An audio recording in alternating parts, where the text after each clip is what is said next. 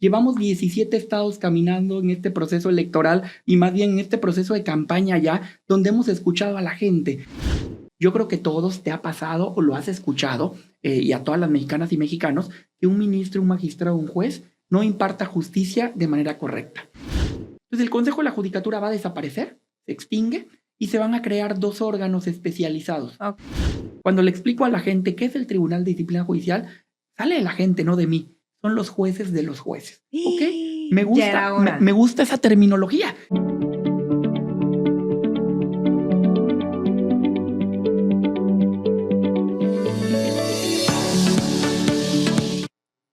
Hola, ¿qué tal? Qué gusto saludarlos. Bienvenidos a un episodio más del podcast La historia detrás del personaje, en donde ya sabe usted que le traemos a los personajes más importantes de toda la región. Sin embargo, el día de hoy estamos haciendo una excepción por la importancia y trascendencia que tiene para nosotros y para todo el país esta histórica elección judicial del próximo 1 de junio. Es por eso que aquí, en Al Aire BC, esforzamos por tenerle a ustedes los mejores perfiles para que ustedes tengan las mejores herramientas para tomar la mejor decisión próximo proceso electoral. Y es por eso que se encuentra con nosotros el hoy magistrado Juan Pedro Alcudia. Gracias, muchas gracias por estar aquí. Qué gusto, bienvenido a Tijuana. Gracias, Diana, al contrario, qué gusto. El gusto es todo mío, créeme, estar en esta bella tierra, estar contigo, con tu audiencia. Y celebro y te felicito porque abrir estos espacios de comunicación en los cuales la gente se pueda realmente empapar de este proceso electoral inédito para renovar el Poder Judicial es muy importante. Encantado de estar en esta tierra. Y para nosotros está bien cañón cómo hacérselo práctico para toda la gente que nos ve, ¿no? Sobre todo de conocer a los mejores perfiles.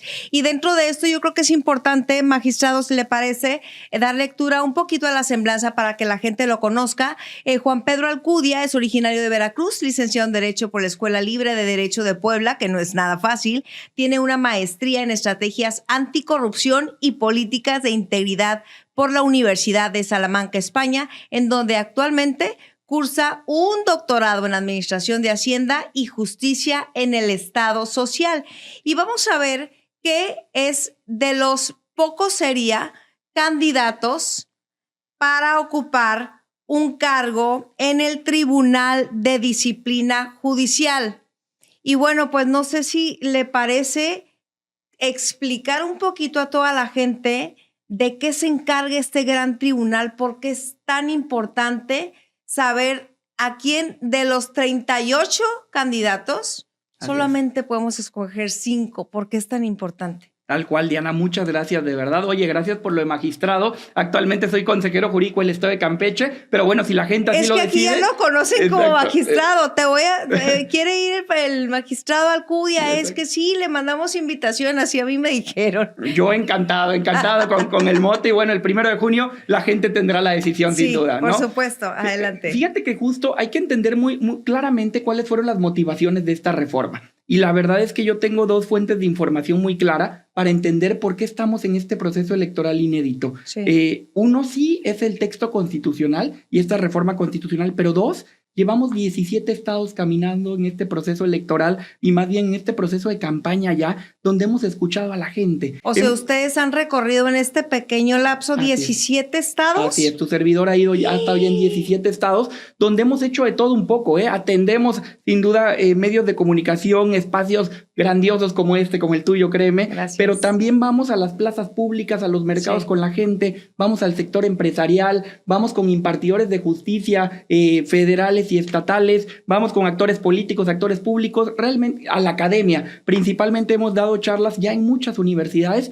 y en muchas casas de estudio que nos han abierto las puertas. Sí. Y entonces, del texto constitucional y de esa sensibilidad y esa percepción de lo que piensa la gente es que la justicia hoy en México es muy larga. Y al ser muy larga, pues en realidad se vuelve costosa, se vuelve desgastante económicamente, pero también emocionalmente para las personas, ¿no?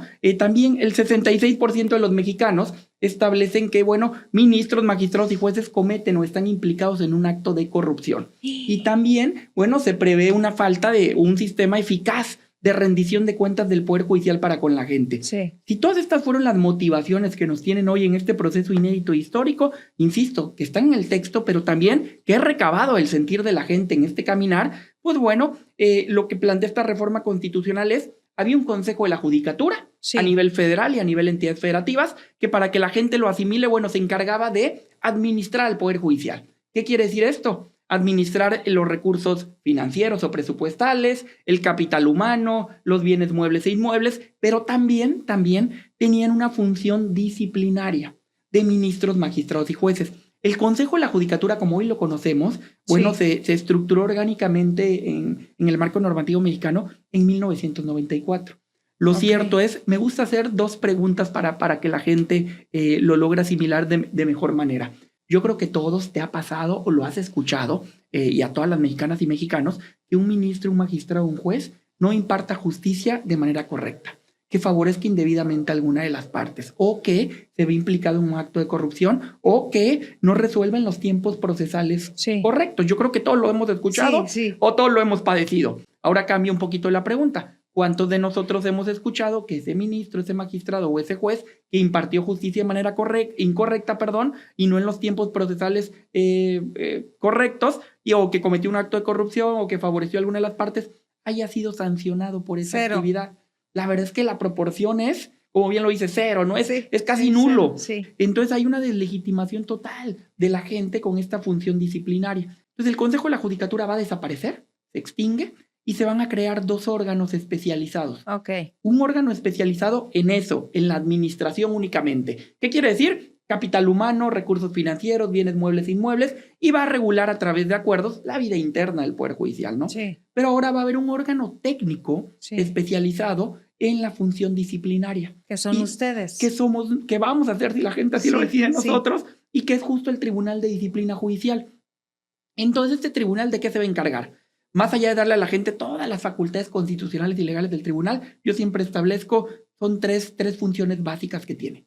Mantener la disciplina en el Poder Judicial, evaluar el desempeño de ministros, magistrados y jueces, y combatir la corrupción, el tráfico de influencias, el nepotismo y todas estas infracciones administrativas irregulares de impartidores de justicia que lesionan la impartición de justicia. Entonces, mantener disciplina, evaluar el desempeño y combatir la corrupción.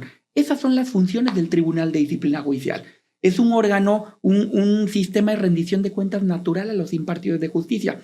No sé si estés de acuerdo conmigo, pero yo creo que en la vida en general, lo que no se revisa no mejora, ¿no? Entonces, de igual manera, en mi caso, soy un funcionario público desde el 2010. Ingresé al servicio público ganando un concurso a nivel nacional del gobierno federal como un abogado de Estado. Y a partir de ahí creo en un sistema eficiente y eficaz de rendición de cuentas. Entonces, con esto lo que te quiero decir es, el Tribunal de Disciplina Judicial es un órgano de la máxima relevancia y va a ser un órgano garante que los impartidores de justicia, cuando le explico a la gente, cuando le explico a la gente qué es el Tribunal de Disciplina Judicial, sale de la gente, no de mí. Son los jueces de los jueces. ¿Ok? Me gusta esa terminología, que es de la gente, no mía. ¿Y sus decisiones alguien las puede revocar? En realidad, o ya ya es la última instancia, lo último de lo último. Tal cual. Este tribunal va a conocer en primera instancia de estas sanciones, eventuales sanciones a los impartidores de justicia, porque va a actuar en comisiones y en pleno. En pleno va a conocer ya la segunda instancia, es decir, cuando, en este caso, los impartidores de justicia se sientan agraviados por una resolución, pueden recurrir a una segunda instancia, pero también va a conocer el pleno. Después de eso, hablando ordinariamente como un sistema de justicia, son resoluciones inatacables, irrecurribles, pero claro que después, vendrá el litigio constitucional, ¿no? Vía el amparo, pero de entrada son resoluciones inatacables y definitivas. O sea, les dieron grandes dientes, ¿no? Les dieron grandes dientes y por eso yo creo que es el gran reto que tenemos, escoger a los perfiles adecuados. Qué difícil. ¿Y qué tiene Juan Pedro Alcudia en temas de temperamento, de fortalezas en su carácter, en su formación, probablemente valores, para que asegure o garantice defender cada caso, pues con una verdadera justicia para la gente, ¿no? Muchas gracias. Qué bonita pregunta.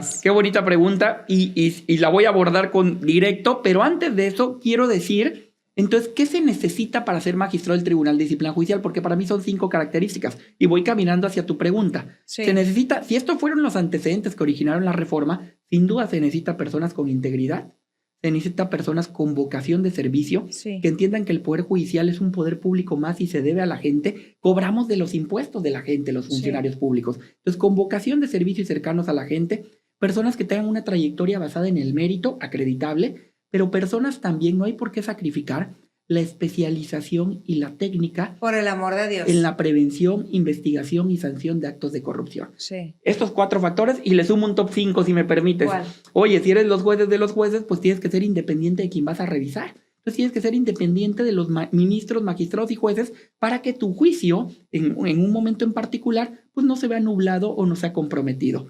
Integridad, vocación de servicio, trayectoria basada en el mérito, técnica, especialización técnica en el combate a la corrupción e independencia. Para mí esas son las cualidades que las mexicanas y mexicanos tenemos que valorar para escoger a los mejores perfiles del Tribunal de Disciplina Judicial. ¿Por qué Juan Pedro? Bueno, pues Juan Pedro Alcudia Vázquez es un funcionario público desde el 2010 que justo ingresé al gobierno federal sin conocer absolutamente a nadie. Yo estudié en Puebla, como lo decías, y muchas gracias ahí en mi semblanza. Sí. Tomaba un camioncito para irme de Puebla a la Ciudad de México para concursar al servicio profesional de carrera. ¿Te ayudo? Sí. Para concursar para concursar al servicio profesional de carrera. Y entonces, pues bueno, gano un concurso a nivel nacional en el 2010.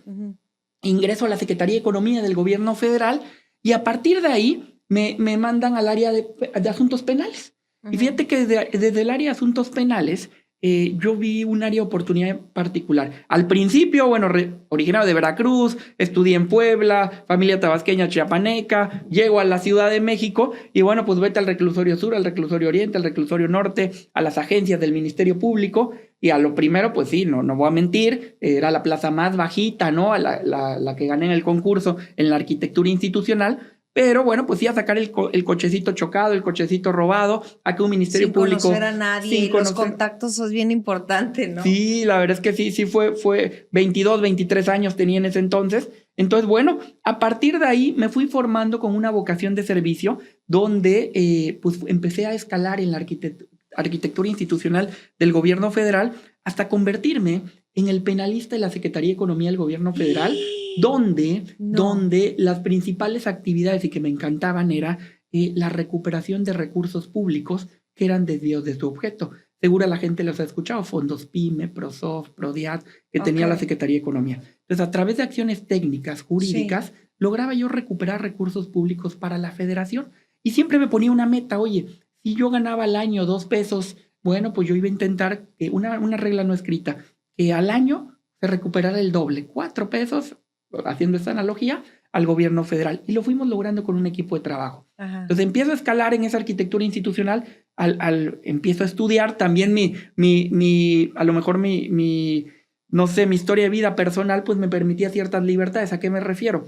Soy un chico de clase media, entonces donde a partir de, pues yo sabía que la licenciatura era lo único, ¿no? Que en este caso con mucho esfuerzo de casa iba a tener. Y a partir de ahí, pues parte de mi salario como funcionario público, pues la verdad decidí siempre invertirlo en seguirme preparando. Wow. Y entonces ahí, pues a partir de ahí, maestrías en ciencias penales, especialidad en juicio oral y proceso penal acusatorio en el INACIPE. Se da en México esta reforma constitucional del 2008, que entró en vigor ya formalmente, 8 años después, pero bueno, el Código Nacional de Procedimientos Penales del 2014. Entonces, bueno, fui de las primeras generaciones como certificado docente del proceso penal acusatorio, daba clases, sin duda, en esos temas, pero bueno, me empiezo a especializar entonces en recuperación de recursos públicos y en procedimientos penales y administrativos de responsabilidad de funcionarios públicos por actos de corrupción. Sin saber lo que voy. Que todo va ligando. Todo va ligando. La verdad es que sí creo, no sé si te pase, pero yo creo un poquito ahí en las energías. 100%. La verdad es que pues, yo no sabía en ese entonces, 2010, 2011. Ni siquiera que iba a ser la reforma judicial. Tal cual, que en el 2024 va a ser una reforma, en el 2025 un proceso electoral histórico, ¿no? Pero entonces me fui formando justo en esas materias. Llevaba yo ya más o menos 8 años en la Secretaría de Economía. Al ser una trayectoria, de servidor público de mediano alto, pero empezar desde abajo, pues era una trayectoria también meteórica en el aspecto de, pues mucho sacrificio, mucho esfuerzo. Ya traía un desgaste, ¿no? Y decido entonces en el 2016-17 hacer una pausa, pero hacer una pausa donde yo decía, bueno, si ya me estoy especializando en estas materias, pues vamos a seguir metiéndole a la mochila más herramientas para ello. En ese entonces teníamos en el gobierno federal una prestación que se llamaba seguro de separación individualizado. Entonces, bueno, pues de tu salario, fíjate que podías hasta el 10% ahorrarlo. Aquí no y el existe. Gobierno te ponía el otro 10%. Aquí no existe. Entonces, y se iba a generar. Ah, mira el periodista Atahualpa, qué bien. Hola. Ok, aquí no existe. ¿Y luego? Y fíjate que bueno, pues se va a una cuenta de rendimientos y empieza a generar. Lo cobro, vendo mi coche en aquel entonces y me voy a España un año a vivir, a estudiar la maestría en estrategias anticorrupción y políticas de integridad. No. Justo para seguir robusteciendo este perfil. Y a la par, sé que me vas a decir, oye, en lugar de disfrutar un poquito más allá, bueno, pues sí, pero a la par empiezo a conocer los temas anticorrupción desde el punto de vista técnico. Transparencia Internacional, una de las ONGs pues más prestigiadas en el mundo, que mide la corrupción, ¿no? Okay. Los barómetros de corrupción y emite directrices para el combate a la corrupción.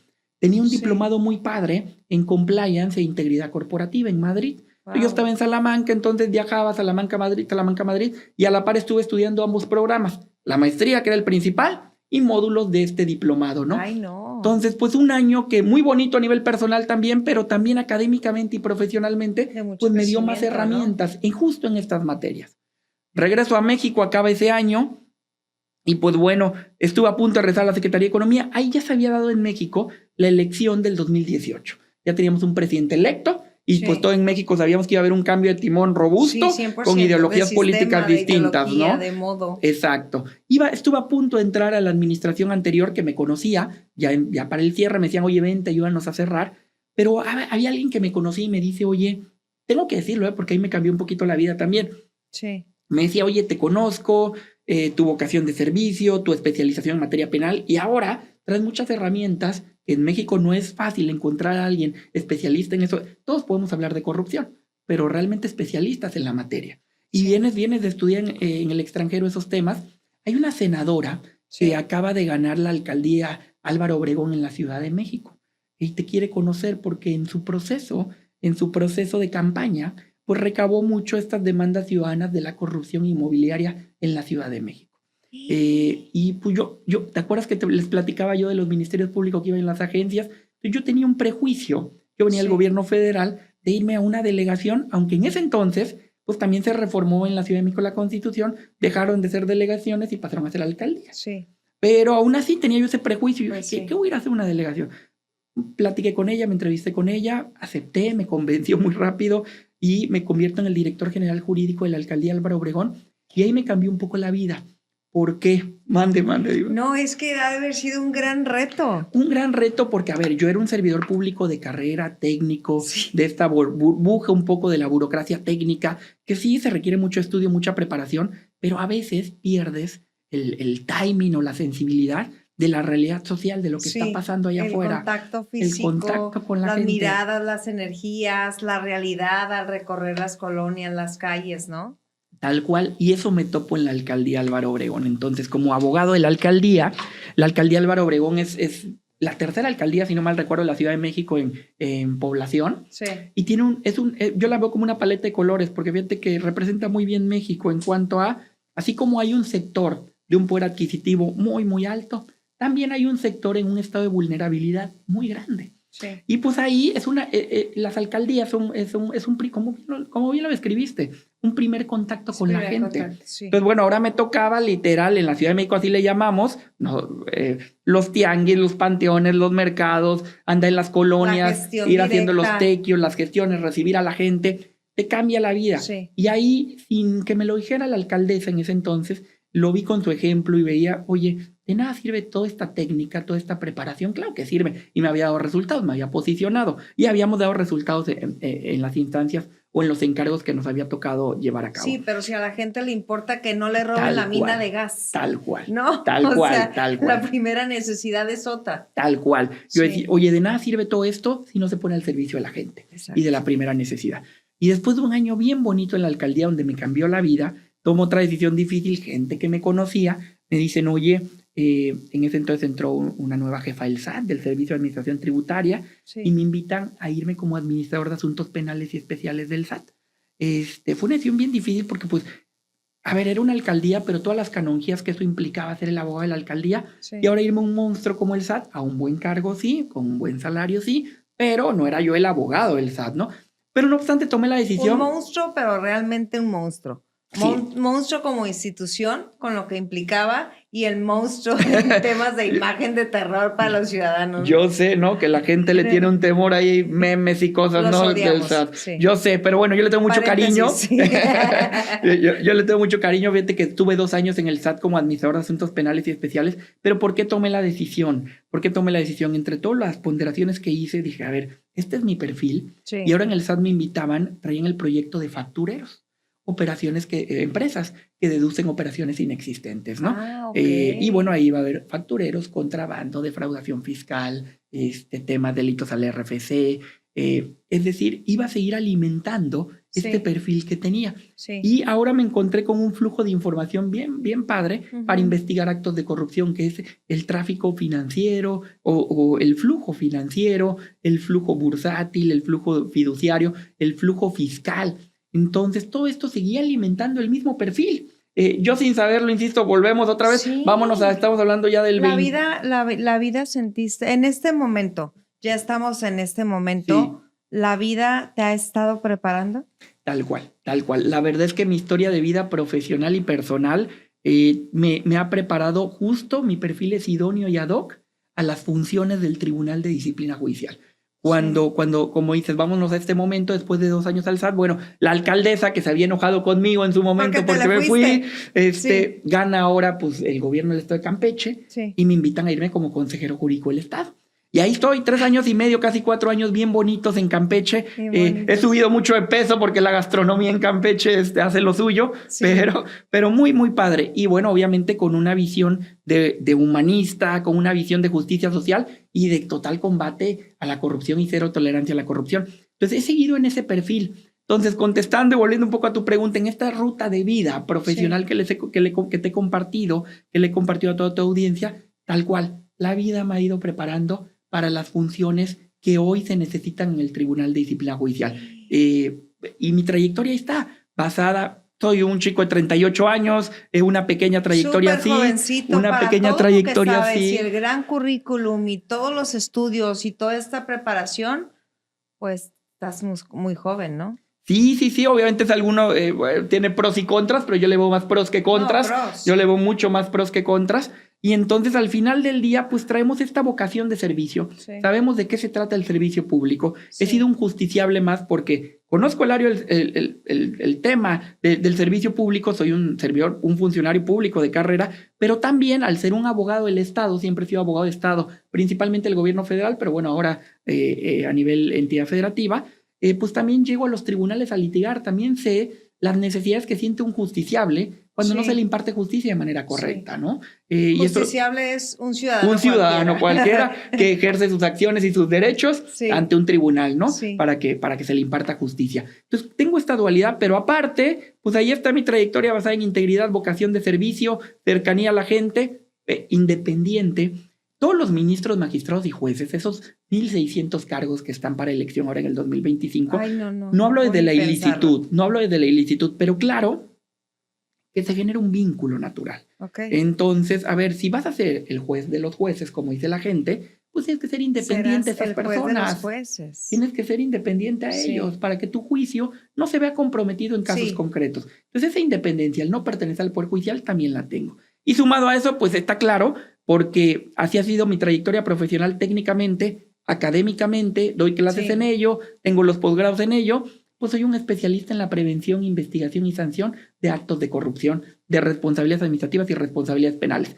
Perdón, hablar de uno es complejo, pero de eso se trata este proceso también. Es más difícil, de eso ¿no? se trata hablar de cada quien, ¿no? Así tratar de tener una descripción lo más coherente posible, porque qué es lo que nosotros como ciudadanos podemos ofrecer, qué es lo que sabemos de nosotros mismos y qué es o cómo lo proyectamos para la gente, ¿no? Es muy importante que sepan todas las personas que puedan estar viendo este podcast, la historia detrás del personaje, que se están haciendo excepciones justo para traerles los mejores perfiles que quieren aspirar a algún cargo de las próximas elecciones del Poder Judicial. Y es importante que sepan que el magistrado Alcudia o el candidato a magistrado Juan Pedro Alcudia, aquí ya lo conocen como magistrado y ya le dan como un hecho, es aspirante a ser magistrado justo del Tribunal de Disciplina Judicial.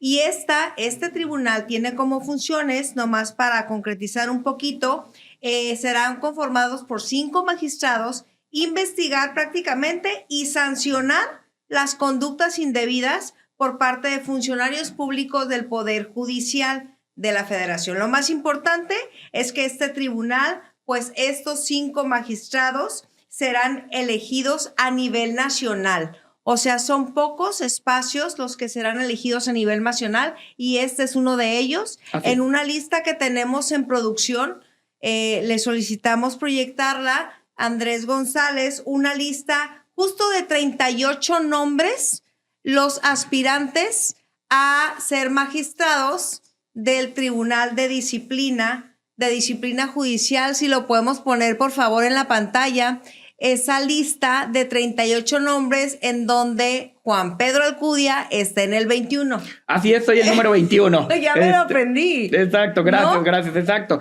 Soy el primero en la son 2 columnas. Fíjate que parte de este reto, si tú me permites, justo, y que lo hemos asumido en este caminar de 17 estados ya, y vamos ya a la recta final con la aspiración de recorrer casi el 80% del país, es no solo decir vota por mí, explicarle a la gente hasta cómo es la boleta y cómo se vota. Ay, no, porque realmente es una labor pedagógica importante. ¿Cómo podemos votar por ustedes? Si me permites, muestro la boleta verde agua. La gente a nivel nacional va a recibir 6 boletas de distinto color, ¿no? A nivel nacional. A nivel nacional. Aquí creo que serán 9 o 11. Seguro, porque ustedes van a elegir, es decir, Baja California Norte va a elegir sin duda a sus ministros de la Corte. 9, todos. ¿no? 5 mujeres, 4 hombres, todos. A sus 5 magistrados del Tribunal de Disciplina Judicial, ¿no? 2 magistraturas de sala superior del Tribunal Electoral del Poder Judicial. 3 y esos son a nivel nacional. Y a nivel regional, sus 3 magistraturas de sala regional del Tribunal Electoral del Poder Judicial. Pero aparte ustedes van a elegir a sus magistrados y jueces federales, magistrados de circuito y jueces de distrito, que su jurisdicción o su competencia territorial es aquí en el estado, ¿no? Claro. Entonces, de entrada ahí son 6 boletas. Aparte, muchos estados valientes como ustedes tienen también elecciones para impartidores de justicia del fuero común. Entonces, eso hace más complejo el proceso. ¿En qué momento? ¿En qué momento se decidió? Exacto, hace complejo el proceso. Entonces, si me permites, me encantaría mostrar la boleta para que la gente la conozca. A ver. Qué difícil, y mientras la busca, pues... Exacto, es la boleta verde agua, la del Tribunal de Disciplina Judicial, y como bien lo decía, son 38 candidatos, 20 mujeres, 18 hombres. Cuando la gente tenga la boleta enfrente, de su lado izquierdo tiene la columna de mujeres. Entonces las mujeres van a estar numeradas del 1 al 20. Y arribita hay 3 cuadritos. Si la gente quisiera votar, no sé, si tú estuvieras participando, la R de tu apellido, ¿no? De esas 20 serías como la 18. Bueno, si la gente quisiera votar por ti, en el cuadrito de arriba pone 18, ¿no? Entonces hay que poner en los cuadritos de arriba el número de las personas.